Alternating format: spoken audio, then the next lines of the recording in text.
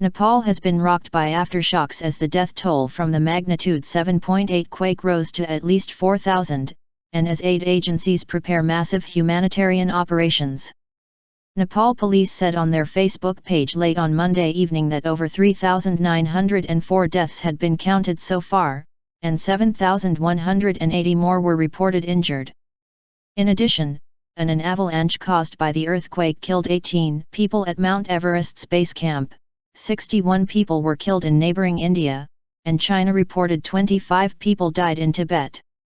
Al Jazeera's Andrew Simmons, who is reporting from Bhaktapur, said that more people are feared dead in the ancient city, and residents are struggling to dig through the rubble with limited help from the government. He also reported sporadic fighting among residents of Bhaktapur over supplies of food, water, and tents. Al Jazeera's Sohail Rahman, who is reporting from the capital Kathmandu, also said that the death toll is expected to rise in the coming hours and days, as rescuers try to reach remote villages that have been inaccessible since the quake hit. Many thousands have been left homeless, and people are sleeping out in the open, and it's chilly when the sun sets across the country, he said. Meanwhile, rescue efforts have intensified in Nepal amid a stream of foreign aid reaching the capital Kathmandu. The United Nations said it is releasing $15 million from its Central Emergency Response Fund.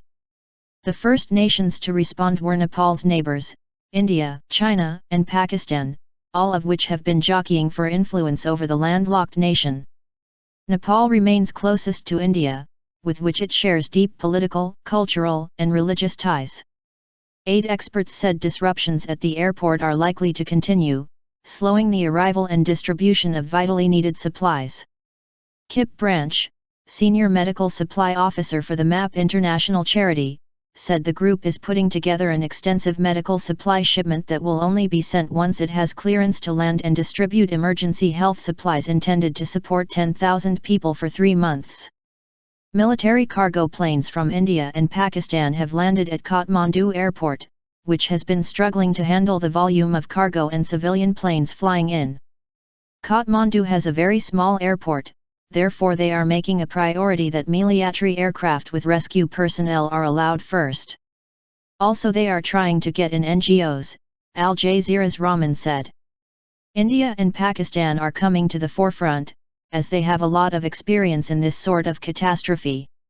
I saw military aircraft from China, Japan as well as Sri Lanka. Base Camp Avalanche. The magnitude 7.8 quake also touched off an avalanche at the base camp of Mount Everest in which 17 people were killed. Scores of people are still stuck in the mountains and a rescue operation is underway to lift them from the frozen frontiers. Other countries involved in aid efforts are UAE, Israel, the US and members of the European Union. They have sent or pledged money or supplies, including medicines, a mobile hospital and rescue teams. Al Jazeera's Rahman said a senior Dutch diplomat is part of a combined EU aid effort, organizing and trying to sort out a large contingent of Dutch rescue and recovery personnel. Ek Narayan Ariel, Kathmandu district chief administrator, said tents and water were being handed out on Monday at 10 locations in the capital, but that aftershocks were leaving everyone jittery. The largest, on Sunday, was magnitude 6.7. 4 large aftershocks were felt overnight and into Monday morning. There have been nearly 100 earthquakes and aftershocks, which is making rescue work difficult. Even the rescuers are scared and running because of them, Ariel told AP news agency. Shortage of food and water. In Kathmandu, tens of thousands of people spent the night sleeping in parks or on a golf course. Kathmandu's heritage buildings are almost completely lost. Anurag Acharya, Kathmandu-based journalist. We don't feel safe at all. There have been so many aftershocks. It doesn't stop, said Rajendra Dungana, 34, who spent Sunday with his niece's family for her cremation at the Pashupati Nath temple. Aid workers have warned that the situation could be far worse near the epicenter. The U.S. Geological Survey said the quake was centered near Lamjung, a district about 80 kilometers northwest of Kathmandu. While not far away, poor roads and steep mountains make Lamjung difficult to reach. Overwhelmed authorities were trying to cope with a shortage of drinking water and food, as well as the threat of disease. There were reports of water and vegetables being sold at inflated prices. The sick and wounded were lying out in the open in Kathmandu, unable to find beds in the devastated city's hospitals.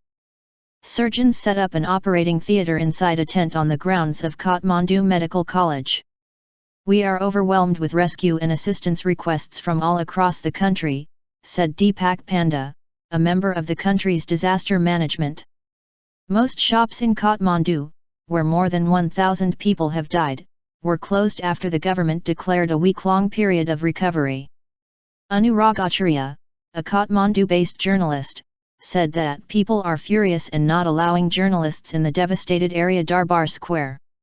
"Kathmandu's heritage buildings are almost completely lost," he told Al Jazeera.